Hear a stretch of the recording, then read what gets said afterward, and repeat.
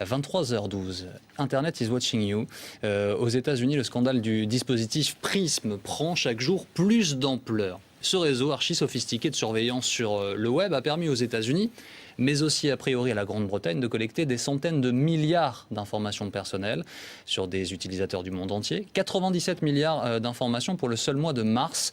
Les géants de l'Internet seraient dans le coup. Microsoft, Google, Yahoo, Paltalk, YouTube, Skype, AOL et Apple. On va discuter ce soir avec Christophe Deloire. Bonsoir. Bonsoir. Vous êtes le directeur général de Reporters sans frontières. Bonsoir Amine Meslem. Vous êtes journaliste chez 01net Magazine. Internet aujourd'hui atteint ce qu'on craignait, c'est-à-dire qu'il fait peur. Il fait très très peur même. Bon, Internet, pendant longtemps, est passé uniquement pour ce que c'est aussi, c'est-à-dire un formidable outil de liberté, de profusion de communication, de facilité pour tous les acteurs. Et de ce point de vue-là, c'est parfaitement louable et parfaitement positif. Mais c'est malheureusement, en même temps, un incroyable outil de contrôle. On s'en était rendu compte depuis longtemps dans les États despotiques, avec la Chine qui met en place sa grande muraille technologique, avec des pays tels que l'Iran qui met en place un Internet halal, avec de nombreux pays dans lesquels, notamment les journalistes, les défenseurs des droits de l'homme, mais aussi l'ensemble des citoyens, sont surveillés, peuvent avoir l'impression parfois de communiquer librement, et en fait, ils sont donc sous surveillance. Et là, on se rend compte qu'un pays démocratique comme les États-Unis, pour des motifs d'espionnage, procède de la même manière. Et ça, c'est un renversement fondamental. Je voudrais interroger Amine Meslem à ce sujet parce que 01net Magazine consacre un dossier très complet à ce sujet-là d'ailleurs, sur ce qui se passe et sur les possibilités que l'on a de se protéger, ce qui est aussi extrêmement important. C'est ça. Vous dénoncez une dérive aujourd'hui. Est-ce qu'on est allé trop loin ou est-ce qu'il est encore temps de dire stop et de réguler tout ça ? Alors oui, on allait très loin, c'est évident. Et aujourd'hui, un certain nombre de données qui sont récoltées à notre insu. Donnez-nous des exemples. Alors, tout simplement, il y a des données... En fait, on laisse tout un tas de données sans même s'en rendre compte de manière involontaire. Par exemple, tout simplement, est-ce que vous savez, par exemple, que si vous appuyez sur les boutons « like », de Facebook, qui ne sont pas d'ailleurs que sur le réseau social, qui sont aussi qu'on trouve maintenant sur toutes les pages, dans plein de sites web. Rien que le fait de donner cette information-là, ça donne des informations à Facebook sur ce que vous aimez, sur vos goûts. Et ils revendent ça ? Et alors, toutes ces informations-là, bien entendu, sont compilées et elles sont revendues ensuite principalement, bien entendu, à des annonceurs. Alors, c'est pas des données brutes qui sont, c'est-à-dire, on va pas donner votre nom, votre adresse, etc. Mais on va donner un profil. C'est-à-dire que vous correspondez à un profil, par exemple, mâle, célibataire, possesseur de voiture. Et ça peut aller très très loin dans le profilage comme ça d'informations. La question, c'est quel est le moyen de contrôle ? Il y a Fleur Pellerin qui dit aujourd'hui il faut ramener les data centers en France, c'est-à-dire ces ordinateurs dans lesquels il y a tout, si je ne dis pas de bêtises.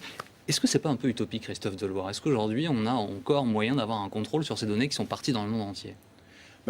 On s'aperçoit avec cette affaire que c'est compliqué parce que là vous évoquiez des données qui sont des données que les gens mettent eux-mêmes, que les personnes mettent eux-mêmes sur le réseau, dont on ne se rend pas nécessairement compte de l'utilisation qui en est faite plus tard. Mais là, ce dont il est question dans ce scandale autour de ce dispositif faramineux dont on ne connaît pas encore les détails, mais de surveillance qu'est Prism, c'est qu'il s'agit manifestement d'informations confidentielles, d'échanges privés entre les personnes.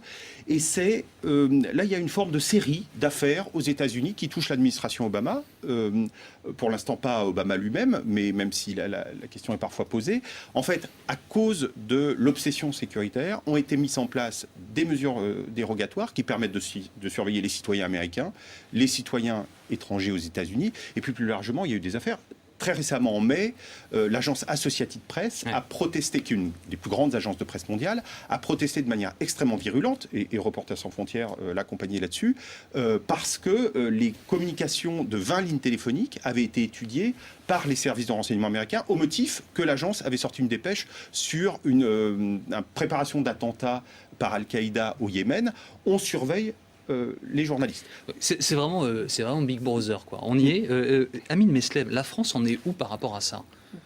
Par rapport à cet espionnage-là, aux données alors, utilisées. A priori, ce qui nous protège malheureusement, enfin on peut dire quelque part malheureusement d'un point de vue économique, c'est-à-dire que nous on n'a pas de géants de la taille d'un Facebook, d'un Google, qui récoltent autant de données. Parce que si ces géants, enfin si les services secrets américains ont autant de facilité à récolter des données, c'est tout simplement parce que tous ces géants qui dominent le web aujourd'hui sont de nationalité américaine et leurs data centers sont effectivement aux États-Unis.